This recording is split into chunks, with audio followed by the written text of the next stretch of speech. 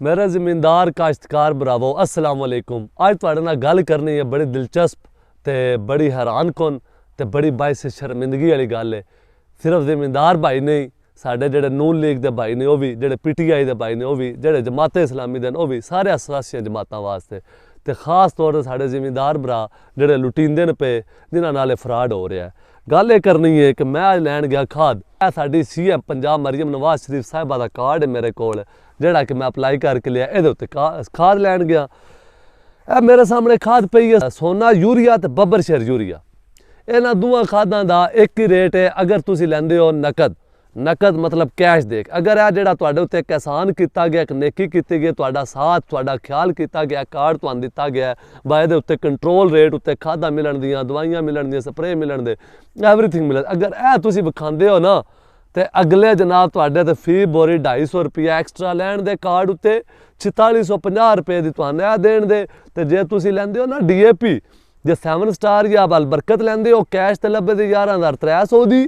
तो जे तुसी लैंदे हो अपना कार्ड उत्ते आ मोहतरम दे, जेड़ा साडे ते नेकी कीती गई किसानां उत्ते, इहदे उत्ते लैंदे हो तो फिर तुहानूं लब्भे दी 11975 रुपये दी, क्योंकि साडे ते नेकी कीती गई है, साडे ते बड़ा कंट्रोल रेट रखा गया। मैं DCO मंडी बहाउद्दीन अगे अपील करना, अपना डिप्टी डायरेक्टर शेख इकबाल साहब अगे अपील करना कि यह रेट इन्हां दोवां खादां दे, DAP सोना दे, जल्द अज जल्द कार्ड उत्ते भी एक रेट किया जाए, कैश ते भी एक रेट किया जाए। इसकी मिसाल तुहानूं मैं देना, अगर असी किसी माल में जाने, कुछ शॉपिंग करने, किसी दुकान पर जाने, कुछ शॉपिंग करने, या गड्डी पेट्रोल पवाने, तो असी उसकी पेमेंट करने कार्ड के जरिए, क्या वो साढ़े को ज़्यादा लैंदे? बिल्कुल भी नहीं। जितनी पेमेंट बनती है कि सच्ची, उतनी पेमेंट ही कार्ड उत्ते लैंदे। उन्हें नहीं पता है कार्ड ते कर रहे या कैश ते कर रहे।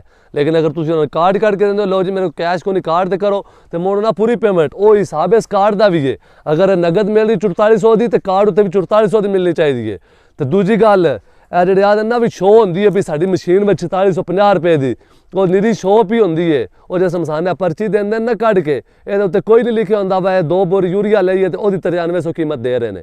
ये तो कोई नहीं लिखा होंगे DAP की कीमत दे रहे हैं, ये तो सिर्फ 9300 जो लै रहे हैं उसकी कीमत लिख रहे होंगे ने। तो किस तरह का चैक एंड बैलेंस हो रहा है? शेख इकबाल साहब की कर रहे हैं दफ्तर बह के?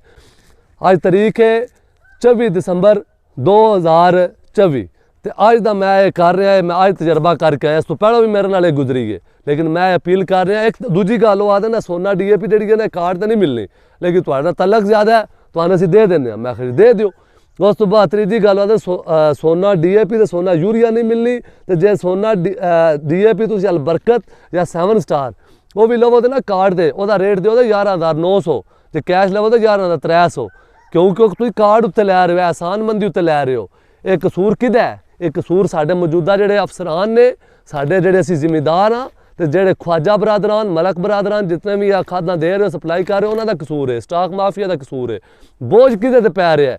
बोझ सारा जिमीदार ते पै रहा है। लुटी कौन रहा? जिमीदार लुटी रहे, असी किसान लुटी रहे। क्यों? क्योंकि असी बोलते नहीं, असी उन्हें दसते नहीं कि भाई अगले दिहाड़े असा दुकान तो शॉपिंग की, कार्ड दिता तो बराबर पेमेंट की, तू किवें ज़्यादा लै रहा है? क्यों ज़्यादा लै रहा है? उन्होंने भी टैक्स पै रहे हो, अपने कोलों दे रहे हैं, तू किवें साडे कोलों लै रहा है? उत्तों उदों भी पूरी लै रहे हैं, तो साढ़े तो भी टैक्स लै रहे हैं। क्यों लै रहे हैं? सिर्फ साड़ी नाल ही वजह तो। DCO मंडी बहाउद्दीन तो डिप्टी डायरेक्टर शेख इकबाल साहब, मैं तुहाडे अगे अपील करना या रज करना, फौरन इहदे खिलाफ नोटिस लिया जाए, तो यह कंट्रोल रेट किए जान DAP दे भी, यूरिया। अगर DCO साहब तो डिप्टी डायरेक्टर साहब मेरे बुलाते हो, मैं आके दसांगा कित्थों लईए, किवें लईए। बहुत शुक्रिया, अल्लाह हाफिज़।